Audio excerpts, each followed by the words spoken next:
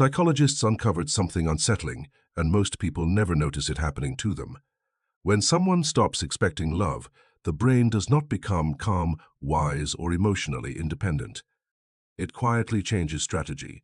It adapts, and that adaptation does not just affect relationships. It reshapes how a person thinks, reacts, chooses, and even who they believe they are. What makes this dangerous is not the pain. It is how normal it feels while it is happening. It rarely starts with a single heartbreak.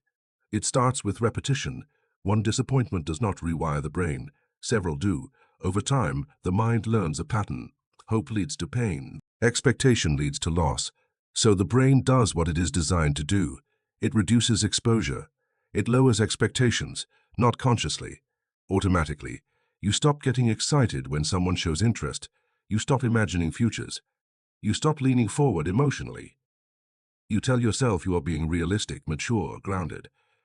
But neurologically, something else is happening. Dopamine, the chemical of anticipation, begins to weaken.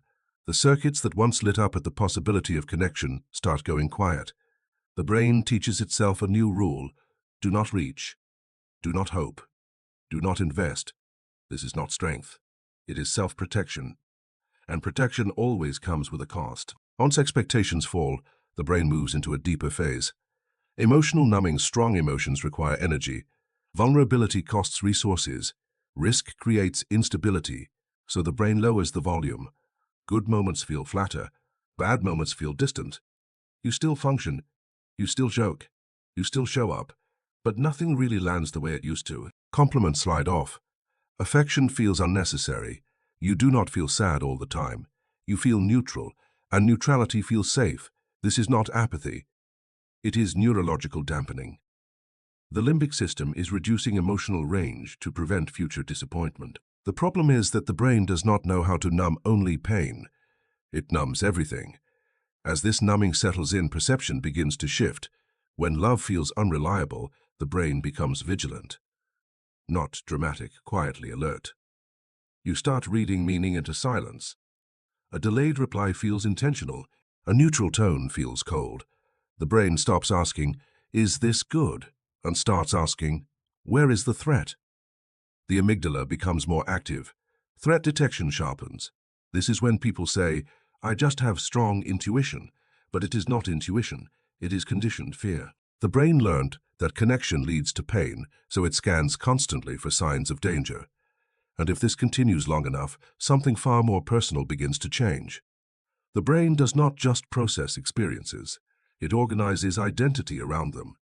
Repeated disappointment teaches a quiet lesson that is rarely spoken out loud. I am not someone who is chosen. You become it. Your posture shifts. Your tone changes. Your effort drops just enough to be noticed. The mind compresses self-image to match experience. Confidence is not lost. It is overwritten. This is why affirmations feel fake at this stage. The brain is not convinced by words. It has data.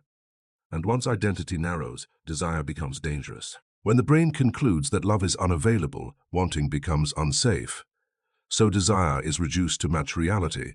You convince yourself you do not want intimacy. You tell yourself you prefer distance, peace, independence. This feels logical. It feels empowering. But it is not truth. It is alignment. The reward system downshifts. Wanting less hurts less. But suppressed desire does not disappear. It leaks into irritability, into restlessness, into distraction, into a quiet sense that something is missing without knowing what. And this is where the brain performs one of its most convincing tricks. Detachment gets rebranded as strength. Emotional distance becomes maturity. Independence becomes identity. You pride yourself on not needing anyone. The prefrontal cortex builds a clean story. I am above this. I am focused. I am self-sufficient. But the limbic system knows the truth. This is avoidance with good branding. And here, pause for a moment, because if you are still listening, this is where your brain is deciding whether to keep protecting you or let something change. If this story feels familiar, do not scroll away. That urge to disengage is the exact pattern being described. Because once detachment becomes normal, trust quietly erodes. Trust is not a belief. It is a neurological pattern. Loneliness weakens bonding circuits. Oxytocin pathways lose efficiency. You begin to expect people to leave before they show signs.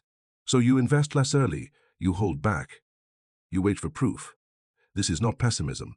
It is prediction. The brain prepares for loss before connection forms, and behavior changes accordingly. You initiate less. You lean back. You disengage subtly. Others feel it. They respond with distance. The brain watches this loop and concludes, "See, I was right." Isolation becomes evidence. Over time, the brain learns emotional helplessness. Motivation collapses, not because you are lazy, but because effort feels pointless. Why try if the outcome is already decided? You feel tired without doing much, detached without knowing why. Neuroplasticity favors avoidance. The brain strengthens the pathways it uses most, and here is what most people never realize. Emotional deprivation does not just affect feelings, it narrows thinking. The brain struggles to imagine healthy connection, not because it is impossible, because the neural pathways are underused. Cognitive flexibility declines. The future feels smaller. Predictability feels safer than possibility. Eventually, safety becomes addictive. You avoid vulnerability, avoid depth, avoid emotional risk. Growth circuits go dormant, and yet the brain is not broken. It is efficient. It did exactly what it was designed to do. It adapted to what it expected. That is the truth tying everything together. The brain becomes what it prepares for. If watching or listening this felt uncomfortably accurate, that is not a coincidence. That is your brain recognizing a pattern. It has been running quietly for a long time. Awareness is the first interruption. But awareness alone is not enough. Do not reward this moment with avoidance. If you are done surviving and ready to rewire, stay here. Subscribe. This is not about motivation. It is about changing what your brain expects next, not someday.